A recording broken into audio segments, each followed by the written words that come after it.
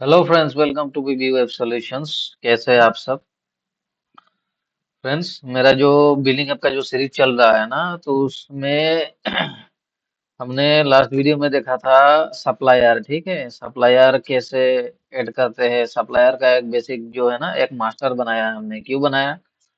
क्योंकि परचेज जब स्टार्ट होगा तो किससे खरीदेंगे? सप्लायर से खरीदेंगे, और खरीदने वालों का नाम हमेशा मास्टर में रखना जरूरी है ताकि चीजें डायनामिक हो जाए। ठीक है, तो परचेस मॉड्यूल के लिए ये इम्पोर्टेंट है कि हम लोग सप्लायर पहले इसको क्रिएट कर ले। ठीक है, तो सप्लायर का कैसे ये क्रूड ऑपरेशन, ये मैंने समझाया लास्ट वीडियो में, आप लोग सब जानते हो। मैं बस ये बिजनेस कॉन्सेप्ट जो कैसे काम करता है उसी हिसाब से एक बिलिंग ऐप को बना रहा हूँ। ठीक है, ये कोई बड़ी रॉकेट साइंस नहीं है। ये सप्लायर का ये क्रूड फॉर्म है। सप्लायर ऐड करना है, उसके बाद चलते हैं, आज शुरू करते हैं परचेस मॉड्यूल। ठीक है फ्रेंड्स, तो परचेस मॉड्यूल में क्या होगा, ये आप देख रहे हैं ना, यहाँ पे एक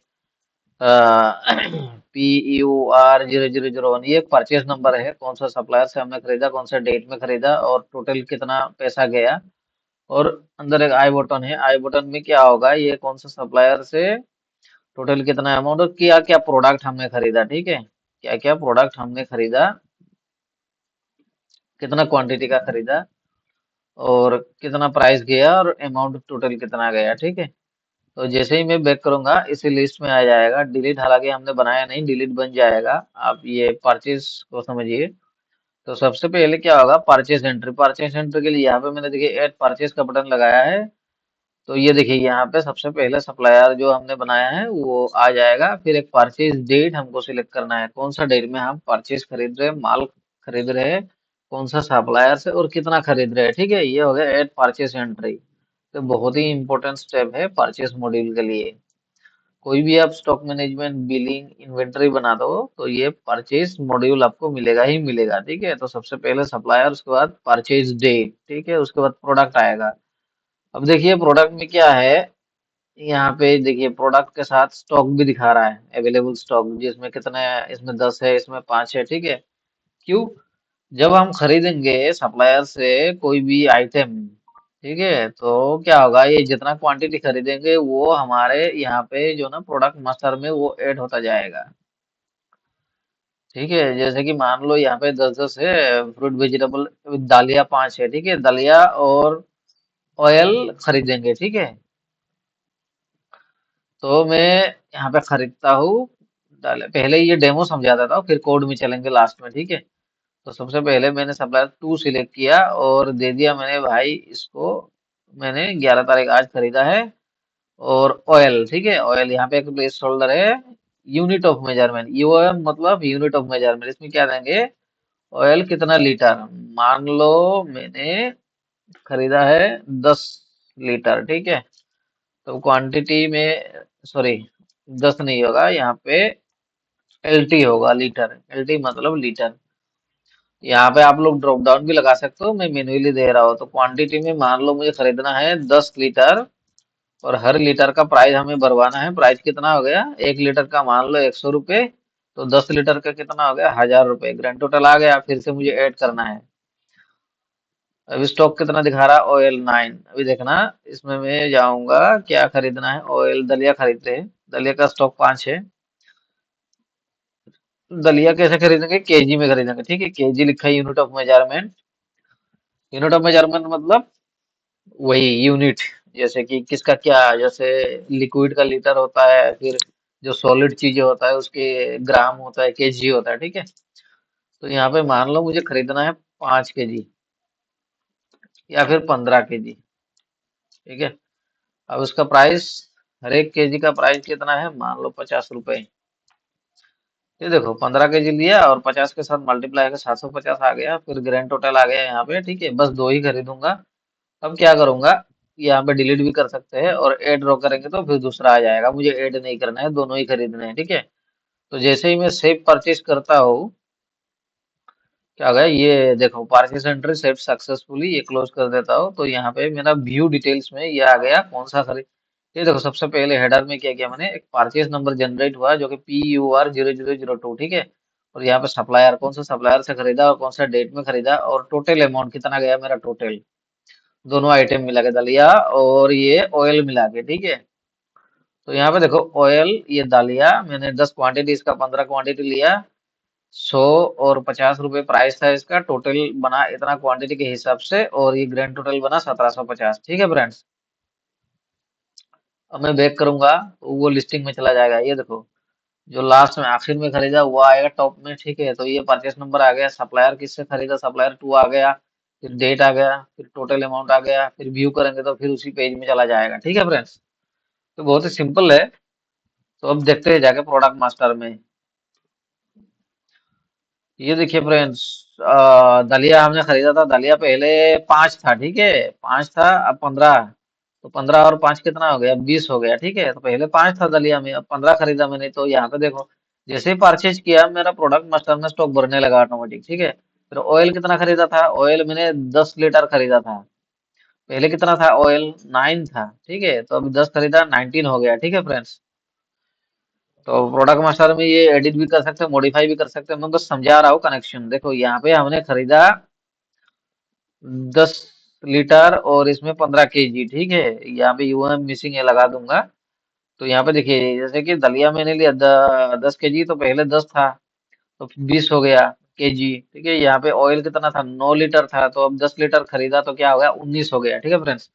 तो ये ऑटोमेटिक कैसे प्रोडक्ट बढ़ रहा है, इधर मैं परचेस कर रहा हूँ, उधर जितना परचेस करूंगा उस हिसाब से हर एक प्रोडक्ट का स्टॉक बढ़ता जाएगा, कहाँ, प्रोडक्ट मास्टर में बढ़ता जाएगा। ठीक है। तो फ्रेंड्स बेसिकली ये था आज का ट्यूटोरियल, सिर्फ यही है, परचेस मॉड्यूल में कैसे हम मतलब परचेज एंट्री कैसे करते हैं उसका मैंने एक कॉन्सेप्ट समझाया है। ठीक है। तो बाकी जो ट्यूटोरियल है वो अगले वीडियो पे देखेंगे, तो मैं समझा देता हूँ। आज का ये कोड का रिव्यू कर लेते हैं कैसे कैसे मैंने बनाया। बेसिकली ये जो आज का जो है ये क्या है, ये बेसिकली जो आज का है ना, ये हमारा परचेज एंट्री है। ठीक है, सप्लायर से कैसे माल खरीदते हैं, ये परचेज मॉड्यूल कह सकते हो या फिर परचेज एंट्री मॉड्यूल कह सकते हो। ठीक है, तो मैं लेके चलता हूँ अपना डाटाबेस में। डाटाबेस में क्या है, मैंने दो टेबल बनाया है, एक परचेज आइटम और एक परचेज टेबल। ये मास्टर टेबल है और ये आइटम टेबल है। मास्टर टेबल किस लिए, मास्टर टेबल में डेट रहेगा, टोटल अमाउंट रहेगा, सप्लायर आईडी रहेगा और यूजर आईडी। यूजर आईडी मतलब कौन सा यूजर ऑथेंटिकेट है, कौन सा यूजर लॉगिन करके माल खरीद रहा है, मतलब जो basically user ID, logged in user ID. और परचेस आइटम में क्या रहेगा, ये परचेस का जो प्राइमरी की आईडी है यहाँ पे वो रहेगा।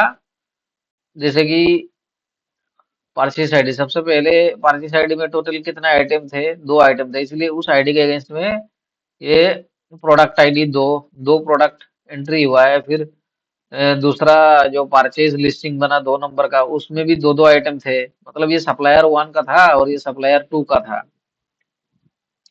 ठीक है, यहाँ पे सप्लायर आईडी देने की जरूरत नहीं है। क्यों जरूरत नहीं है, क्योंकि हमें परचेज का मास्टर आईडी मिला है, देखिए सप्लायर 1 सप्लायर 2, लेकिन ये आईडी भी यूनिक है ना, तो यहाँ पे सप्लायर आईडी लगाने की जरूरत नहीं है, परचेज मास्टर आईडी ही काफी है। ठीक है, तो ये आइटम हो गया। यहाँ पे क्या होता है, प्रोडक्ट क्वांटिटी प्राइस अमाउंट सारा कैलकुलेट होकर इस टेबल में सेव होता है। ठीक है फ्रेंड्स, तो डाटाबेस स्ट्रक्चर समझ गए होगे आप। तो मैंने क्या किया, सबसे पहले हमें जाना है, सबसे पहले क्या किया मैंने, ये ऐप डॉट ब्लेड हमारा जो नेविगेशन है वहां पे मैंने और एक मॉड्यूल बनाया जिसका नाम है परचेज। ठीक है, ये लिंक लगाया मैंने, कहाँ पे लगाया, app dot blade, layouts dot app dot blade, मतलब हेडर जो कह सकते हो नेविगेशन में, ये जो दिख रहा है ना आपको, ये जो नेविगेशन, तो यहाँ पे मैंने आखिर में लगाया, लास्ट में। उसके बाद मैंने क्या किया, web dot P web dot P में गया, तो सबसे आखिर में मैंने क्या किया इसका, ये देखो रूट, ये परचेस एंट्री के रूट्स है और ये सप्लायर के रूट्स है। ठीक है,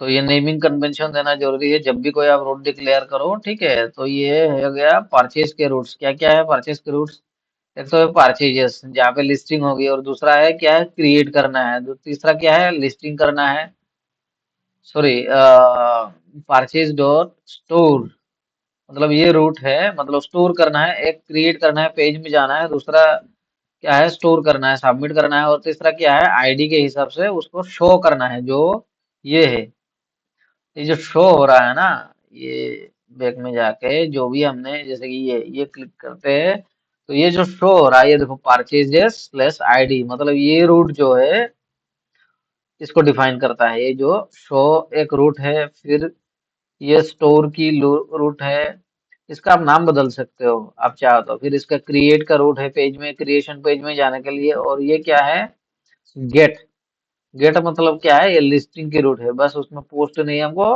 फेच करके डिस्प्ले करना है। ठीक है, तो उसके हिसाब से हमने परचेस कंट्रोलर बनाया और एक मॉडल बनाया। तो परचेस कंट्रोलर कहाँ है, ये देखो परचेस कंट्रोलर हमने बना लिया, और यहाँ पे क्या ना मॉडल, मॉडल, ये परचेस एक मॉडल है, परचेस आइटम एक मॉडल है। ठीक है, परचेस मॉडल में क्या है, उसका प्रोटेक्टेड फीलेबल आपको पता ही है, परचेस मास्टर टेबल का फील्ड है, और उसके बाद सप्लायर का रिलेशन है, बिलोंग्स टू सप्लायर क्लास। ठीक है, परचेस टेबल का जो सप्लायर आईडी है वो सप्लायर मॉडल का प्राइमरी आईडी है, और रिलेशन में पहले वीडियो में बहुत बार समझा चुका हूँ, बार बार नहीं समझाऊंगा। उसके बाद और एक रिलेशन है प्रोडक्ट मास्टर का, ठीक है, आइटम्स। ठीक है, आइटम क्या होगा, ये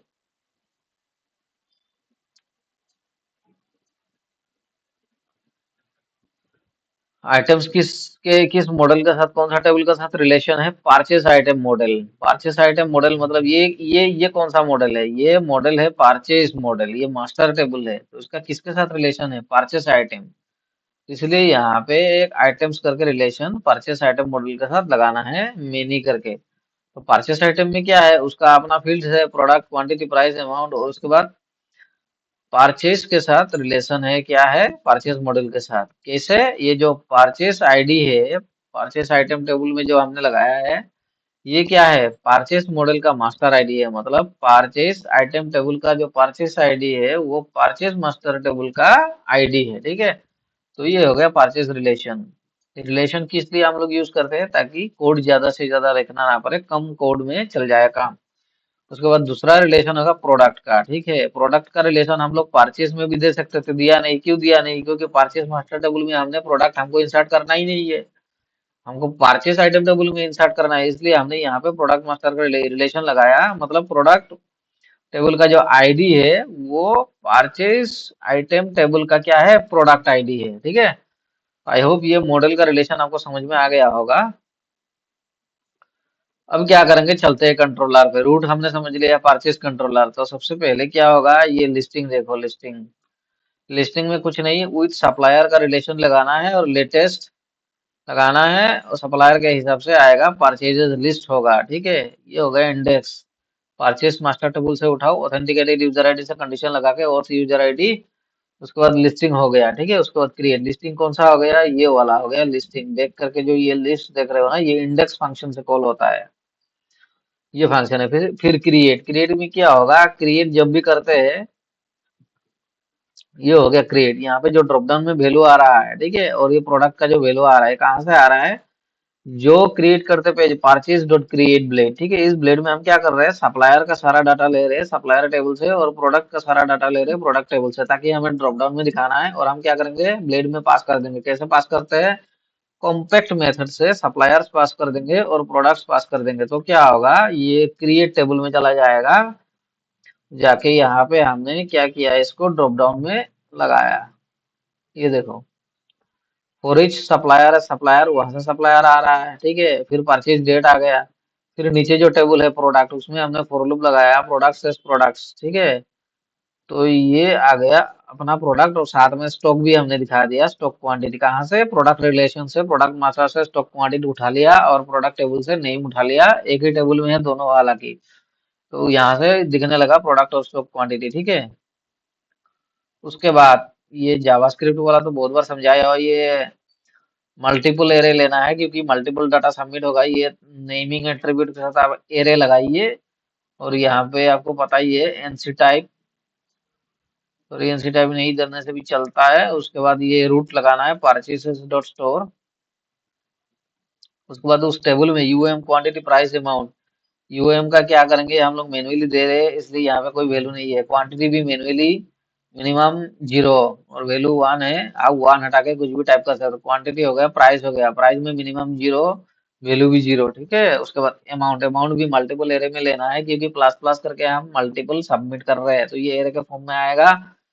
उसके बाद क्या होगा, और एक ग्रैंड टोटल का रहेगा, ग्रैंड टोटल का एक आईडी एट्रीब्यूट लगाएंगे, ताकि जावास्क्रिप्ट से जब कॉल हो ग्रैंड टोटल दिखा दे। उसके बाद आएगा नेक्स्ट में ये ऐड रो का बटन, ऐड रो जैसे ही क्लिक करते हैं, इसमें क्लास है button, button success ID add row, तो इस आईडी एट्रीब्यूट से क्या करेंगे, जावास्क्रिप्ट में हमने jQuery यूज नहीं किया, तो ये देखो, जैसे table body document dot query selector, ये जावास्क्रिप्ट की इवेंट है। परचेज टेबल बॉडी लेंगे, फिर ऐड रो बटन में क्या करेंगे, document dot get element by ID, add row, उसी रो का आईडी ले लेगा। फिर क्या करेगा, ग्रैंड टोटल एक वेरिएबल डिक्लेयर किया, जहाँ पे ग्रैंड टोटल का ये वेरिएबल डिक्लेयर किया हुआ है। फिर कैलकुलेट टोटल, टोटल ये देखो अमाउंट फॉर ईच, मतलब परसेंट, पार्स फ्लोट, पार्सिंग करना है। टोटल ऐड होता जाएगा जितना अमाउंट क्लास, डॉट अमाउंट मतलब अमाउंट फील्ड में एक क्लास डिक्लेयर किया हुआ है, ठीक है। तो जितना भी रो बनता रहेगा, अमाउंट बनता रहेगा, उसका क्या होगा, ये देखो,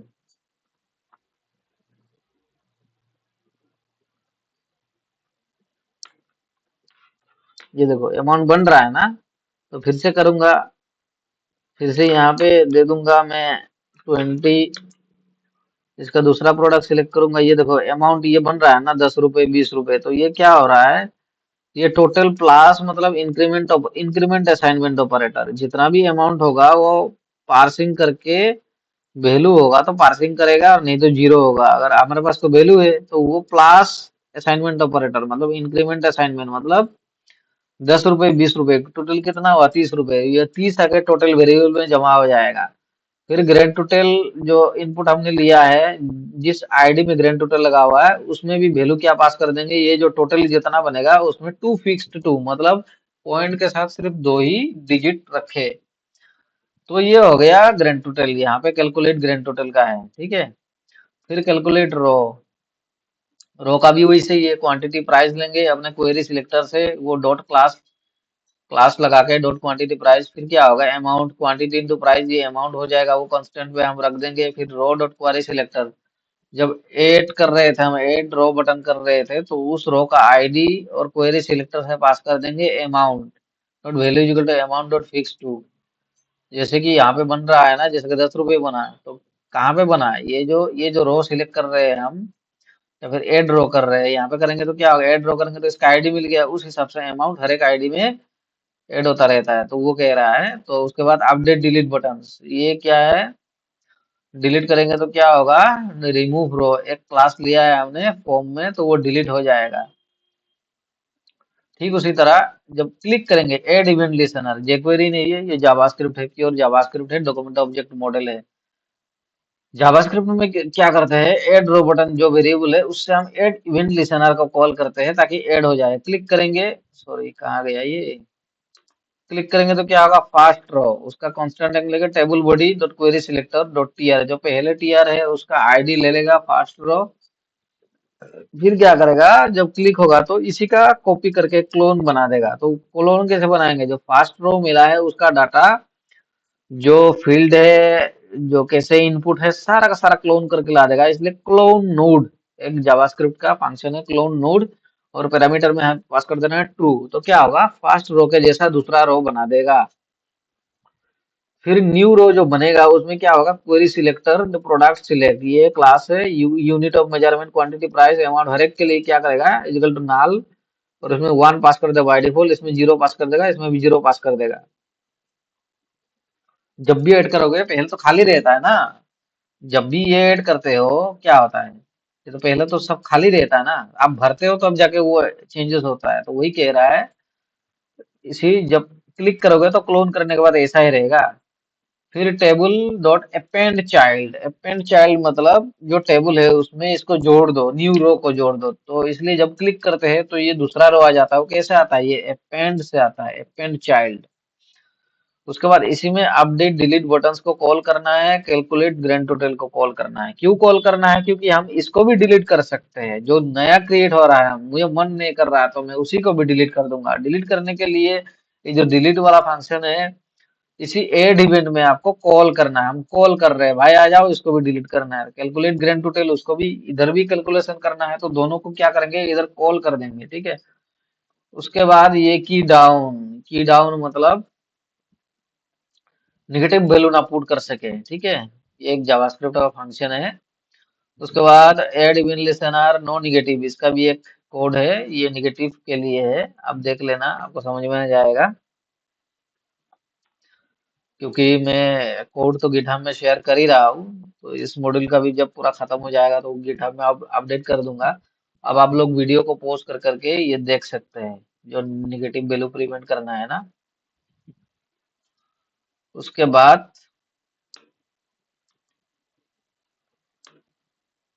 ये माउस को क्या हो गया भैया, लगता है मेरा बैटरी खराब हो गया। चलो मैं हाथ से करता हूँ।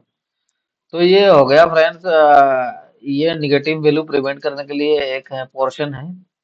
उसके बाद रिमूव रो, तो क्या होगा, क्लिक फंक्शन कॉल करेंगे, उसमें रिमूव बटन एक वेरिएबल लेंगे, e dot target closest remove row class हर एक रो के साथ लगा हुआ है। तो क्लोजेस्ट मतलब क्या, जैसे ही रिमूव बटन क्लिक करेंगे भाई उसी रो का आईडी लो। और अगर रिमूव बटन सच में है तो closest TR remove dot remove मतलब ये डिलीट कर देगा। ये फंक्शन है जावास्क्रिप्ट का। तो क्या कर रहा है, जहां पे क्लिक कर रहे हैं उसी रो को, क्लोजेस्ट मतलब क्या, उसी रो को डिलीट कर दो।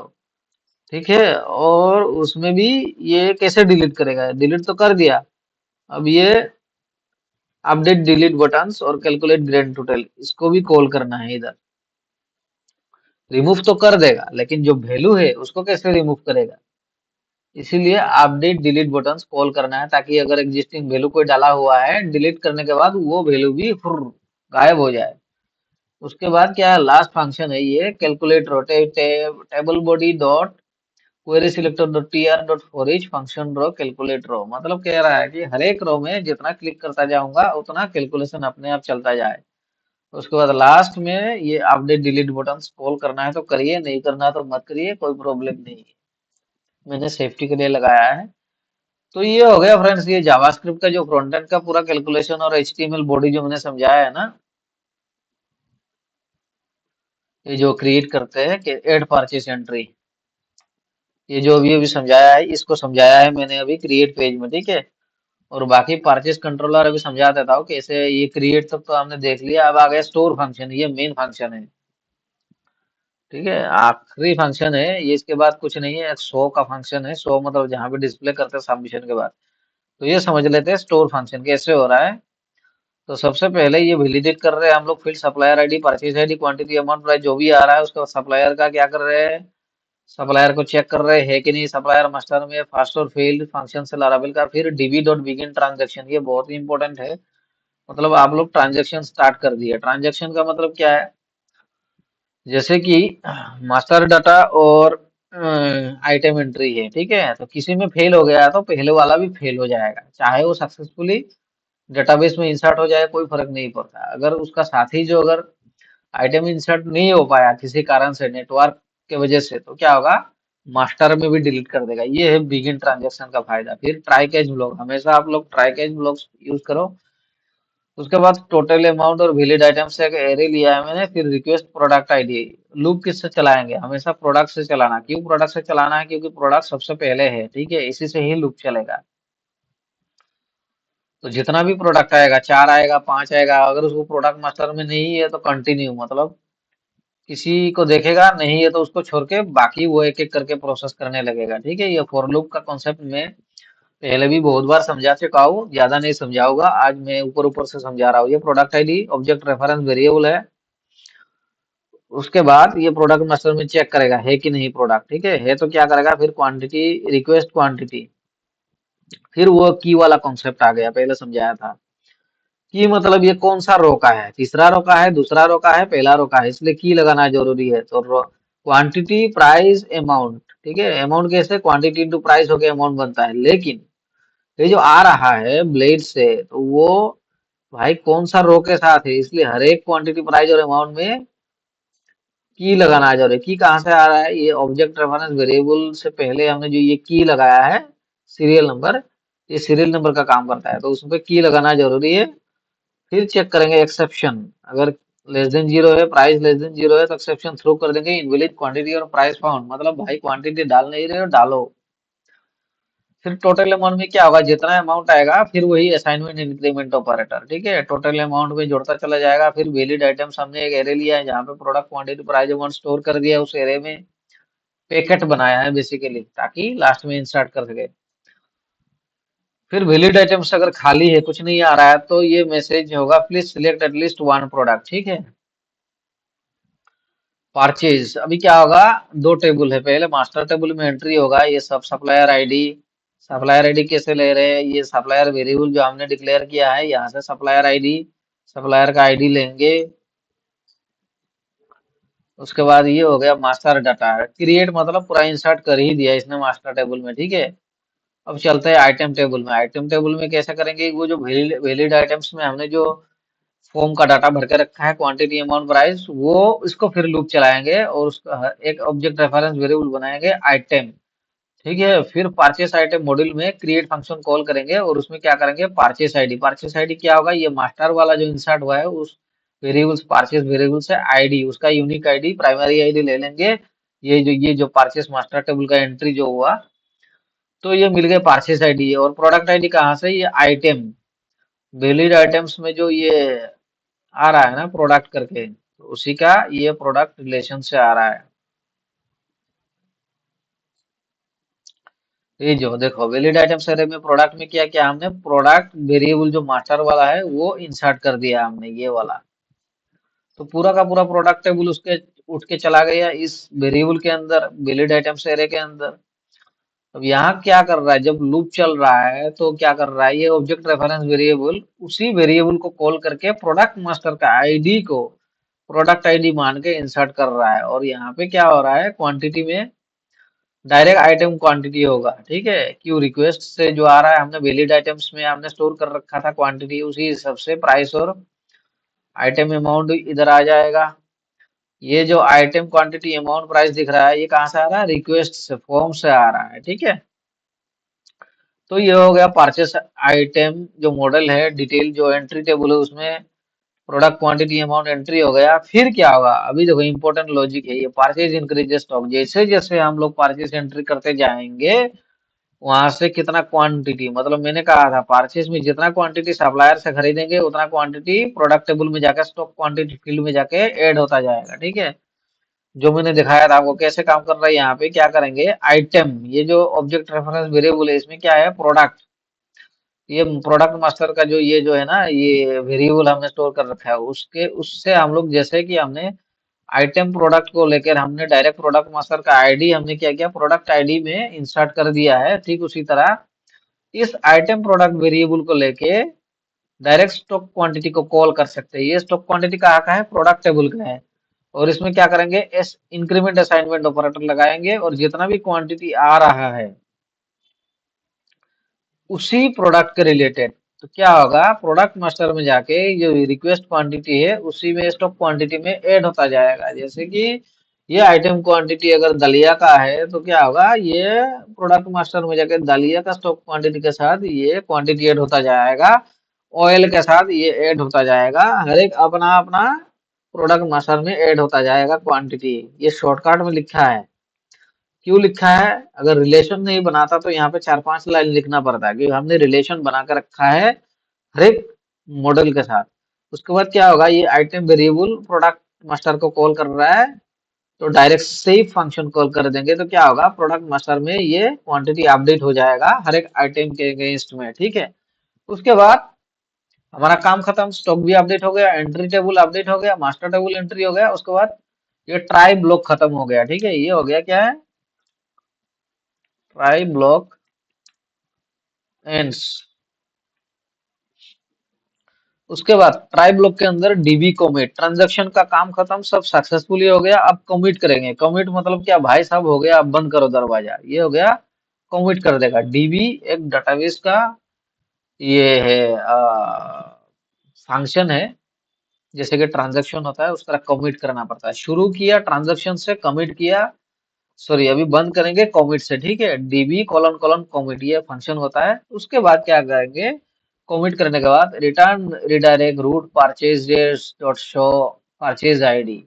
ये जो परचेज मास्टर का जो आईडी है पास कर देंगे इस रूट में, परचेज डॉट शो। ये कौन सा रूट है, ये रूट वही है जो सबमिट करने के बाद डायरेक्ट आपको व्यू डिटेल्स पेज में ले जाता है, ये है। जैसे कि आपने सबमिट किया, सबमिट करने के बाद इस पेज में आता है ना, डायरेक्ट दिखाया था, ये सबमिट होके इसमें आया था, ये हो गया उस रूट। ये देखो परचेजेस डॉट आईडी। तो बेसिकली क्या कह रहा है, रिटर्न सक्सेसफुल सबमिशन होने के बाद रिटर्न रिडायरेक्ट उस रूट में रिडायरेक्ट कर दो, और एक मैसेज के साथ सक्सेस जो वेरिएबल है सेशन वेरिएबल, उसमें परचेस एंट्री सेव सक्सेसफुली करके आ जाएगा। ठीक है फ्रेंड्स, अगर ये सब कुछ नहीं हुआ तो कैच में एक्सेप्शन थ्रो कर देगा। इसमें कैच में क्या होगा, dB dot roll back. Roll back मतलब भाई अगर सक्सेसफुल नहीं हुआ तो क्लोज मत करो उसको, रिटर्न फिर उसी पेज में भेज दो। वो काम कौन करता है, ये रोल बैक फंक्शन, डाटाबेस का जो फंक्शन है DB colon colon roll back. ठीक है, उसके बाद क्या करेगा, कैच में रिटर्न बैक विथ एरर्स, जो इनपुट होगा उससे जो भी अगर दिक्कत होगा वो रिटर्न कर देगा, फिर क्रिएट पेज में डाटा सबमिट नहीं होगा। तो फ्रेंड्स, और एक फंक्शन रह गया डिलीट, सॉरी शो।